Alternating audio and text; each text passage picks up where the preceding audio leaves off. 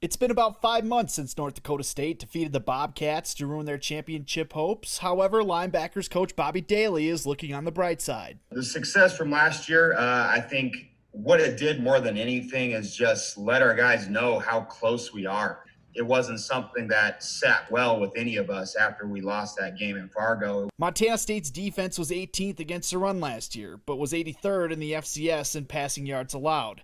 Now, budding star quarterback Trey Lance for the Bison shined against the Bobcats, throwing for 200 yards with 3 touchdown passes. Going into that game, a lot of our focus was on being able to stop their run game. We weren't sure if Trey Lance was going to be a guy that could make us pay, and he kind of showed us that he was. We're going to have a lot of new faces in the back end next year, and spring ball would have been nice to see what some of those guys can do. Now Daly and the rest of the defensive staff are focused on improving their team to get to that next step. Despite the COVID-19 shutdown, college football didn't stop. As soon as this thing went down, it wasn't like, all right, it's vacation, they're sleeping in until noon and figuring out what's going on.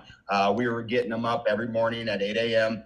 Just to develop that structure, and talk about school, talk about football. Despite not being able to be on the field, their communication has improved, something that's important to do on the gridiron. What I thought was interesting is I was talking to these guys more actually throughout this thing. We had a daily meeting. I wanted them to be interactive. So, each meeting, I would have a homework assignment for the group. So it wasn't just me up there talking to a computer screen. Next year, they have first-team All-Big Sky linebacker Troy Anderson to anchor the linebacker group. If you want to compare him to someone athletically, I would say that Simmons kid out of Clemson who just got drafted.